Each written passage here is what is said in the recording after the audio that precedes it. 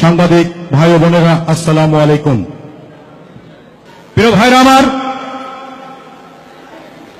আপনারা জানেন তিস্তা চুক্তি, পদ্মা চুক্তির মাধ্যমে বাংলাদেশের যখন পানির প্রয়োজন নাই তখন পানি দিয়ে মাঠের ফসল বিনষ্ট করা হচ্ছে। বাংলাদেশের যখন পানির প্রয়োজন তখন সেখানে খরা দুর্ভিক্ষের মাঝে ফসলটাকে পুড়িয়ে ফেলা হচ্ছে। তাই আমি বলবো, আমার পদ্মার পায়ে শিকল পরলোকে, আমার তিস্তার পায়ে শিকল পরলোকে, কোন ডাকিনীর সেন দৃষ্টিতে সুরমা ও কুশিয়ারা, নদী বইবে না, বইবে কি তবে চক্রান্তের ধারা। প্রিয় ভাইরা আমার, আপনারা জানেন ফেলানির লাশ সীমান্তের কাঁটাতারে যখন ঝুলতে থাকে, যখন প্রশ্ন করা হয় সীমান্তে আর কত হত্যা করা হবে, বাংলাদেশের এলজিআরডি মন্ত্রী, আওয়ামী লীগের সাধারণ সম্পাদক, উনি অহংকারের সাথে বলে থাকেন গুলি চলছে, চলবে, আগামীতেও গুলি চলবে, বন্ধ করা সম্ভব নয়। তাদের কথা বলতে লজ্জা হয়, ঘৃণা, মানুষ ধিক্কার দেয়। স্বাধীনতার ঘোষক জিয়াউর রহমান এই কথাটি তারা মিথ্যার মধ্য দিয়ে ইতিহাসকে বিকৃত করবার জন্য ছোট ছোট শিশুদের মাথার মধ্যে বঙ্গবন্ধুর কথা যেভাবে তারা ঢুকে দিচ্ছে, ছোট ছোট শিশুদের মধ্যে যেভাবে তারা ইতিহাসকে বিকৃত করার চেষ্টা করছে, আমাদের এখন দেয়ালে পিঠ থেকে গেছে। আমরা যারা দেশ বিদেশে আওয়ামী শক্তির বিরুদ্ধে আন্দোলন করবার জন্য সোচ্চার, শহীদ রাষ্ট্রপতি জিয়াউর রহমানের আদর্শকে বুকে ধারণ করে যারা রাজনীতি করি, বেগম খালেদাদের হাতকে শক্তিশালী করবার জন্য যারা রাজনীতি করি, তারেক রহমানের ভবিষ্যৎকে যারা উজ্জ্বল করবার জন্য রাজনীতি করি, এখনই আমাদের সময়। আমার বড় ভাই বলে গেছেন, মনির ভাই, যে মাত্র 13 মাস বাকি আছে। আমি জানি না এই সরকারের ভাবমূর্তি কোথায়। আমি সেদিন শুনেছিলাম আমাদের যৌথ সভার মাঝে আমাদের বাংলাদেশের একজন বিজ্ঞ নেতা বলেছেন যে শেখ হাসিনা যতই বর্ডার করুক না কেন, উইদিন শর্ট টাইম তাকে মানতে বাধ্য করা হবে, তত্ত্বাবধায়ক সরকারের আমলে নির্বাচন দিতে হবে।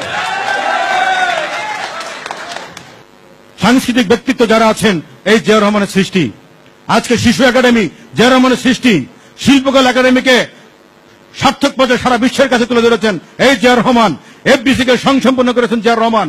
হুমায়ুন আহমেদ যখন প্রথম ছবি করেন আগুনের পরশমণি, তিনি টাকার জন্য চারিদিকে ঘুরছিলেন, টাকা নাই, এই বেগম খালেদা টাকা ডেকে এনে 25 লক্ষ টাকা দিয়ে আগুনের পরশমণি ছবিটি করার জন্য সহযোগিতা করেছিলেন। এবং বাংলাদেশের স্বীকৃতি স্বরূপ জাতীয় পুরস্কার চালু করেছেন জিয়াউর রহমান। আজকে সেই হুমায়ুন আহমেদ যখন মারা গেছেন, কালো কাপড়ে ঢেকে এই সমস্ত বিলাই যারা আছেন তারা সেখানে ঢেকে আওয়ামী লীগের পক্ষে হুমায়ুন আহমেদকে নেওয়ার চেষ্টা করছেন। কেড়ে কুড়ে নিয়ে কখনো রাজনীতি হয় না, ধার করে রাজনীতি হয় না। নিজের শক্তিতে রাজনীতি করুন, নিজের ক্ষমতায় রাজনীতি করুন, নিজের মাদার জন্য রাজনীতি করুন। বিএনপির ছেলেরা, বিএনপির সৈনিকরা যখন গর্জে উঠবে, আপনারা পালানোর পথ পাবেন না। প্রিয় ভাইরা আমার, জানেন কিছুদিন আগে একটা মানুষের কত নাম হইতে পারে ভাই? একটা মানুষের কত নাম হইতে পারে? আমার নাম মনির খান, ভাইয়ের নাম মনির ভাই, ভাইয়ের নাম সালাম ভাই, আর একজনের নাম আবুল, মাল, আব্দুল, মুহিত। ওরে বাপরে বাপ, এত মাল! তিনি বলেছেন মাথায় মাল কম। তিনি বলেছেন 4,000 কোটি টাকা কিছুই না। তার বাপের টাকা নাকি? 4,000 কোটি টাকা কিছু, বাপের টাকা। হলমার্ক গ্রুপ 1,000 কোটি টাকা ব্যাংক থেকে লুটপাট করে নিয়ে গেছে, উনি বলেছেন 4,000 টাকা কিছুই না। বাংলাদেশের মানুষ চাল কিনতে গিয়ে দিন ফুরে যায়।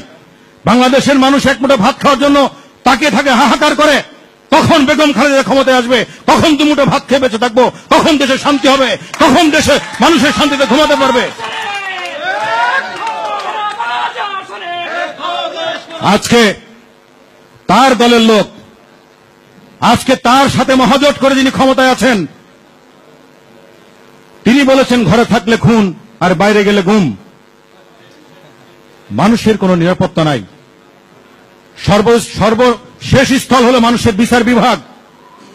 আইনকে যেভাবে তারা বিক্রি করছে, আইনকে যেভাবে তারা মানুষের পকেট থেকে টাকা বের করে আইন ব্যবহার করছে, যেখানে আইনের কাছে মানুষের মাথা নত হয়ে যায়, যেখানে আইনকে রাজনৈতিকভাবে ব্যবহার করা হয়, সেখানে মানুষের জীবনের নিরাপত্তা কোথায়, মানুষের স্বস্তি কোথায়, যেখানে বিচার সুস্থভাবে পায় না।